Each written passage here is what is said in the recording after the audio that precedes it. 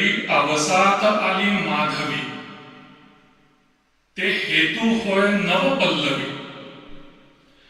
पल्लव पुष्प पुंजदावी, पुष्प फळाते.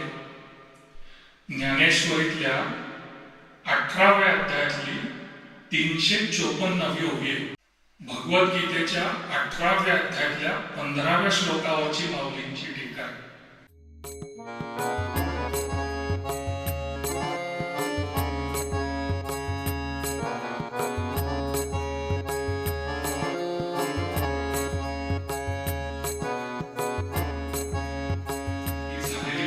सेवा त्यांच्या चरणी समर्पित करतो आणि इथेच थांबतो.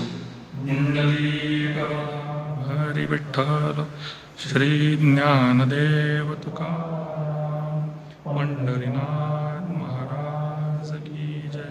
विठ्ठल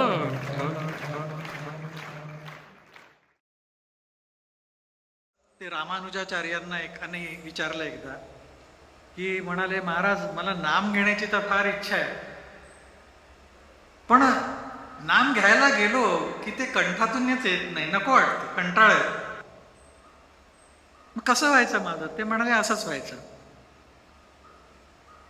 तुझं जे पाप आहे जन्मोजन्मीचं, ज्या वासना आहे, ते पाप तुझा गळा दाबतं म्हणाले, आणि म्हणून ते नाम मुखातून येत नाही बाहेर.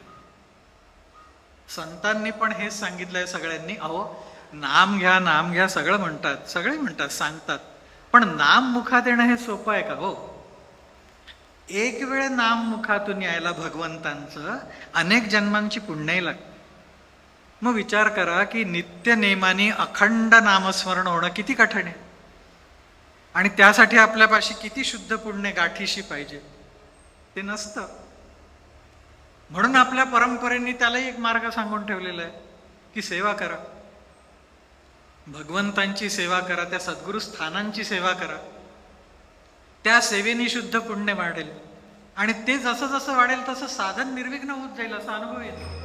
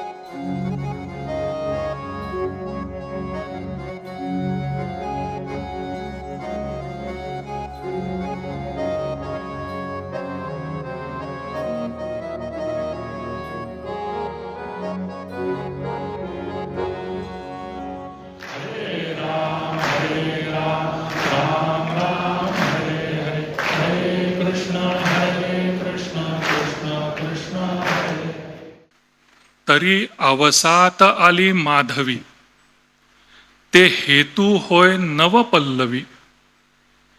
पल्लव पुष्प पुंजदावी, पुष्प फळाते.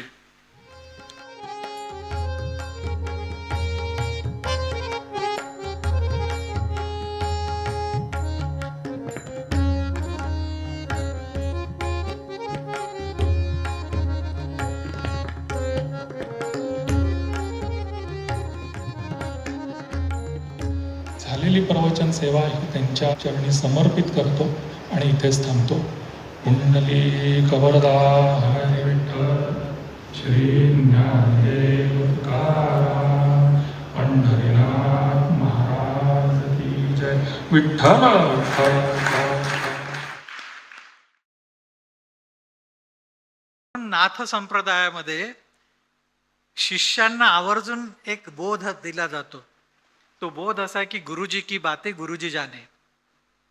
याचा अर्थ असा आहे की सद्गुरूंनी असं का सांगितलं याचा विचार करू नका. का असा प्रश्न तिथे नाही. करणं हे आपलं कर्तव्य. ते असं का म्हणतात हे विचारू नये. असा अनुभव मला का आला हे विचारण्यात काय अर्थ नाही. त्यांची इच्छा म्हणून आला. मला असा अनुभव काय त्यात याला आला, मला काय येत नाही, यालाही अर्थ नाही. तुम्हाला गरज नाही म्हणून येत नाही. का हे विचारायचं नाही गुरूंना. हे नाथ संप्रदायाचा बाण आहे.